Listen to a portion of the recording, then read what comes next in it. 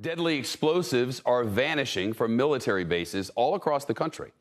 That's according to an investigation by the Associated Press into the military's failure to secure weapons. Hundreds, possibly thousands of grenades, hundreds of pounds of plastic explosives, landmines, and rockets stolen from or lost by U.S. armed forces over the past decade.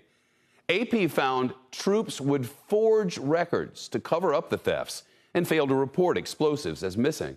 The suspects exploiting a system with poor record keeping and even worse oversight. But the consequences have been deadly. In one accident, an artillery shell exploded and killed an employee at a recycling yard in Mississippi. Associated Press reporter Kristen Hall now. She's one of the authors of this investigation. Kristen, thank you. You write that explosives are more difficult for the military to keep track of than firearms. Why? Well, that's true, because unlike firearms, explosives don't have a unique serial number that helps with tracking. And some explosives like C4 can be cut up into smaller pieces, which makes it easier to conceal. And then, of course, the purpose of the explosives are to be used and expended, whether in training or in the field.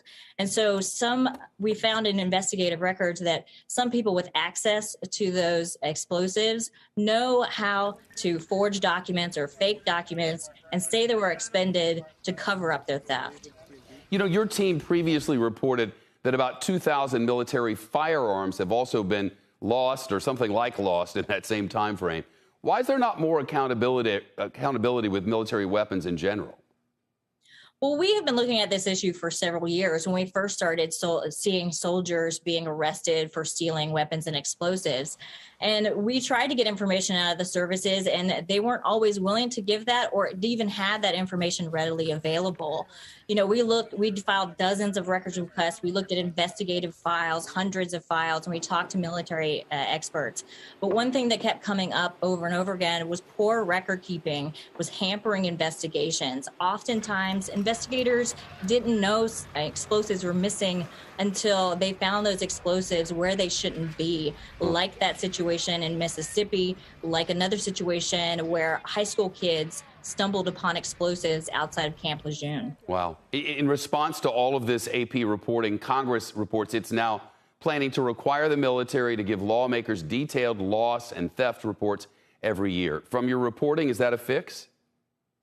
Well, I don't think legislation is enough here. This is an internal problem within the military. As we said, record keeping is an issue. The issue of insiders that have access and know how to game the system. So I think overall, in general, more oversight needs to be held over these dangerous and restricted materials. Kristen Hall from Associated Press, thank you.